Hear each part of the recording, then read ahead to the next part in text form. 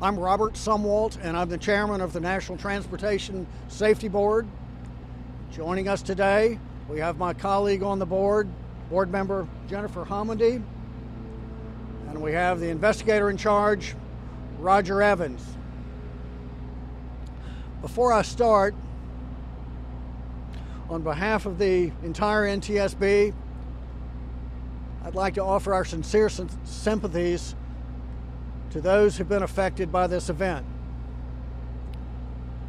The NTSB is an independent federal agency charged by Congress to investigate transportation accidents, including pipeline accidents, to determine the probable cause and issue safety recommendations to prevent the reoccurrence of these accidents.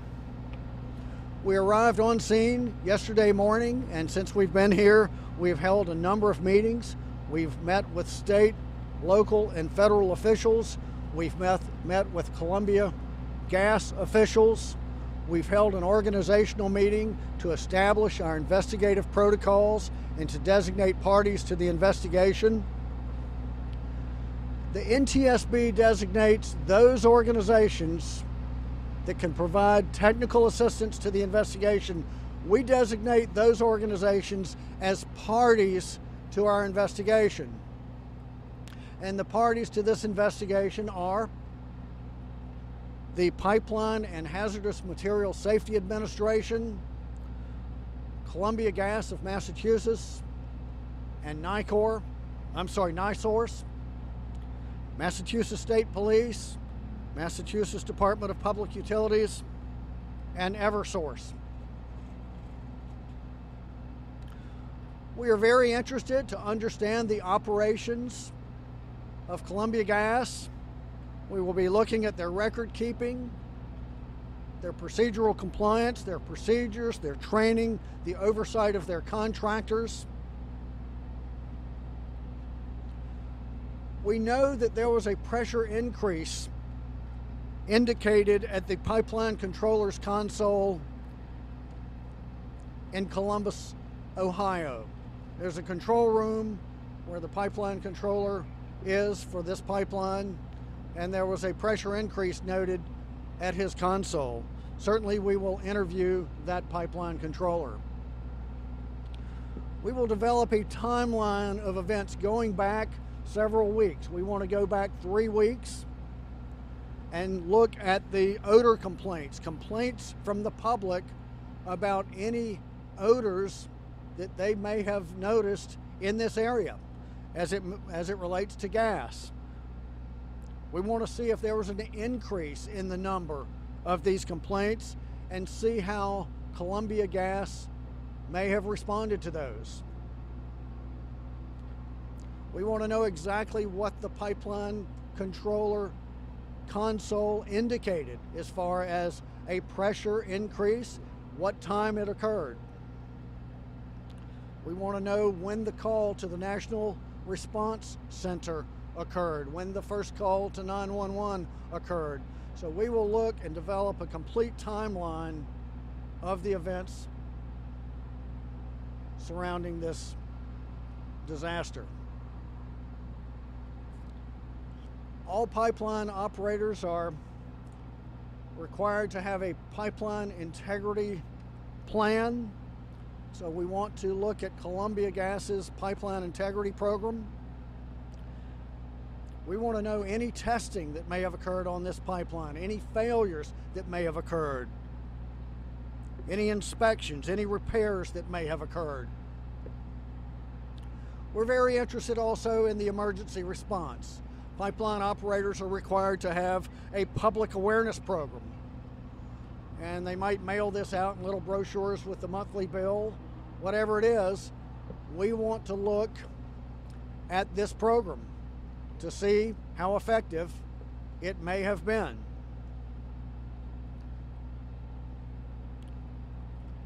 Pipeline operators, pipeline companies are required to work with local responders before an event to tell them where pipes are in the ground, what those pipelines, what the product is moving through those pipelines, and make sure that they have the first responders have a plan in case something happens. So we want to look at that element of their emergency response program. System safety. System safety of Columbia Gas is something that we are interested in. What was the safety culture of Columbia Gas and its parent company, NiSource? What were the organizational factors that may have influenced one way or the other this event and its outcome? What was the overall regulatory compliance history of Columbia Gas? There are 14 gas pressure regulators in this area. These are gas pressure regulators that are in vaults underground, accessible through manholes. We will test each of these pressure regulators and make sure that they are operating as designed.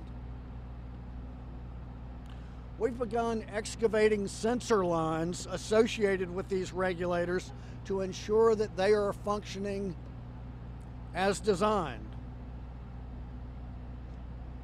We expect to be on scene anywhere from 7 to 10 days, and while our investigators are on scene, we will thoroughly document the physical damage, collect records, and conduct interviews. Our purpose for being here on scene is to collect the perishable evidence, the information that goes away with the passage of time.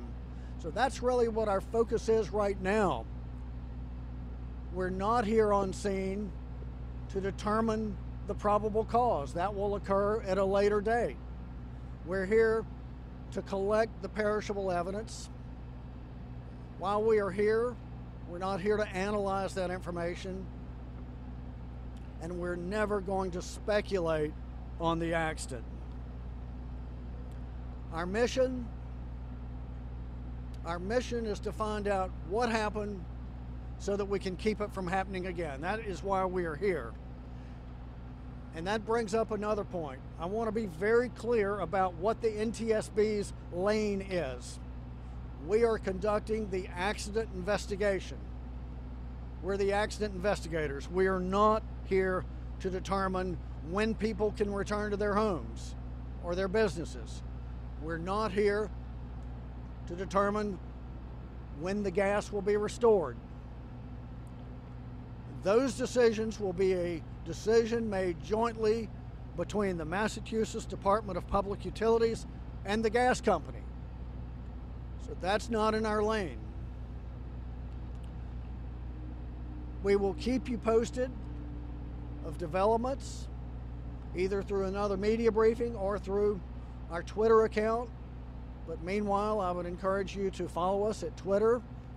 Our handle is @NTSB_newsroom. And you can follow us on our website, which is ntsb.gov. Before I wrap up, I'd like to make it a point of thanking the hard work of the first responders.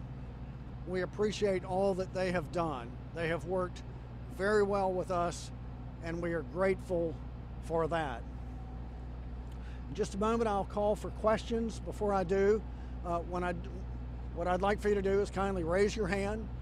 When I call on you, state your name, your affiliation, and we'll go from there. So I'll be glad to take questions, starting right here. Can you talk more about this pressure increase that you noticed in Columbus, Ohio? Who noticed it? How did you notice it? When was this pressure increase? Tell us more about that. The question centers around the pressure increase that was noticed in the control room in Columbus, Ohio, and the information that we have right now, we just know of that pressure increase. We will download the records from that control center, and we'll see exactly the time of it and the magnitude of it. That is one of the things that we will do, but we do not have that information right now. I'm hoping that we will be able to have that tomorrow. Who notified you of that? Was that Columbia Gas? Who notified of that? Let me just check. Columbia Gas, did they notify us of the pressure increase? Yes, that's correct. Yes, thank you. It was Columbia Gas that notified us of that pressure increase. What was their reaction to that pressure increase at that time? what was their reaction to the pressure increase? That's precisely what we intend to find out. There's a question here. Kelly O'Hara, WCB. Couple questions. Number one, are 14 areas of like gas pressure, is that normal? Is that average? Is that below average? Below average? Above? The question is, there are 14 gas pressure regulators in the area. Is that normal? That's about normal. So we want to look at each of those regulators to make sure that they were doing what they were supposed to do. People are installing new pipes. Do you want them to have more or? When people are installing new pipes, should they have more or less? And that will be part of the investigation to find out if the number of regulators was appropriate for the size of this distribution area. As the boss of such a big organization, when you saw what happened on the television, what went through your mind? I could not hear the... You're the boss of a very important organization. When you saw what happened and all these people forced from their homes, what went through your mind? What is my personal reaction to all of this? It's absolutely devastation. Ron. Ron Allen, NBC News. This problem that was detected in the control room, pressure increase, should that have been adjusted manually, or is there an automatic response to that to fix the problem? So the question is, what should be the response to a pressure increase in the control room? There are procedures that should be followed. We want to look and see what those procedures are for Columbia Gas, and then see if the reaction by the controller was the appropriate reaction. Just, I know you're not here to figure out cause, but when you walk around this community, people want to know what happened, and they want to know that they're going to be safe when this repair is done. And I realize the complications of all this, but can you say anything about what happened so that people have some sense of security that things are going to happen? So Ron, Give some simple, can you give any explanation for what happened? can I give any explanation for what happened? And I hate to sound cagey, but that is exactly what we intend to find out. We want to find out what happened so that other communities don't have to go through the devastation that has occurred right here in this area. There's a question right here. You mentioned you'll be on scene for 7 to 10 days. What's the rough timeline for completing this investigation? What is the rough timeline for completing this investigation? Our investigations are very thorough. We will be able to determine probably the proximate cause probably pretty soon. What was the immediate cause of the accident? Maybe whatever that happened to have been. But we want to do a deep dive, and that goes beyond just looking at the proximate cause. We will look at the organizational issues, any possible regulatory issues. So typically, our pipeline investigations are anywhere between about 12 and 24 months.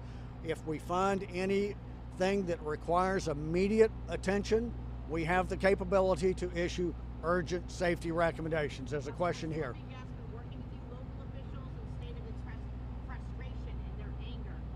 Have you feel the same way? Have they been working with you at all? Do we feel the frustration and the anger? We are here to find out what happened. That's our goal.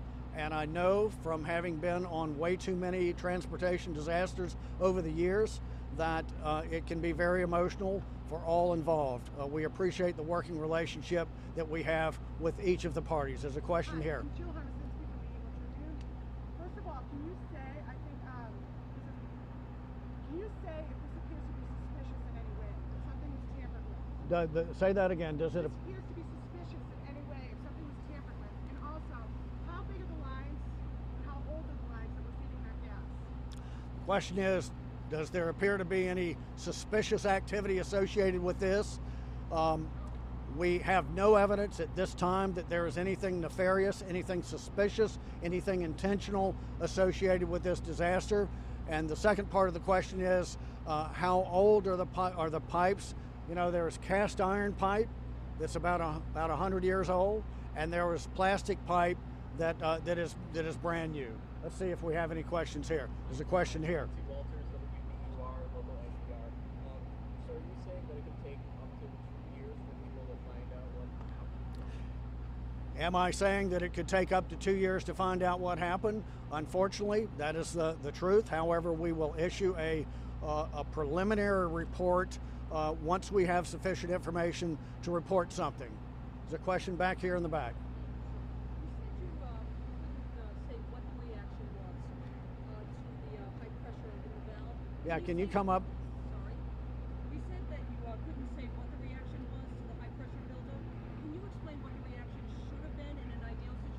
So what should the reaction have been to a high pressure event? As I stated earlier, there are procedures that should be in place. We want to look at those procedures, see if the procedures themselves are adequate, and then find out if the response is sufficient. I'll take one last question. Yes, ma'am. Come here, I can't hear you, I'm sorry. This isn't going to work. Sorry. Where was the, I know the pressure increase was initiated at the Northern Ohio. It was discovered. You got to yell. I've got a generator back here, I cannot hear. Please yell. Was the pressure increase, was it initiated at the controller in Ohio or just discovered? Yeah, was the pressure increased initiated in Ohio or was it discovered there?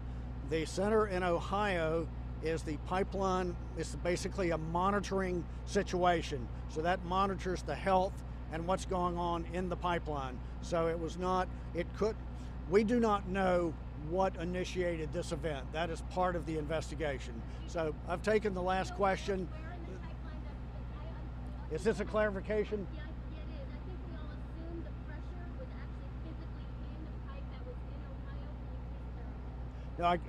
No, I'm sorry. What's the location of that increased pressure? Not where it was, not where it was an onboard, but where was the actual pressure buildup physically? Where was the pressure buildup physically? It was just right here. Yeah, it was in this neighborhood. That much I do know right now. So we will keep you posted the best we can, either through media briefings or through our Twitter feed.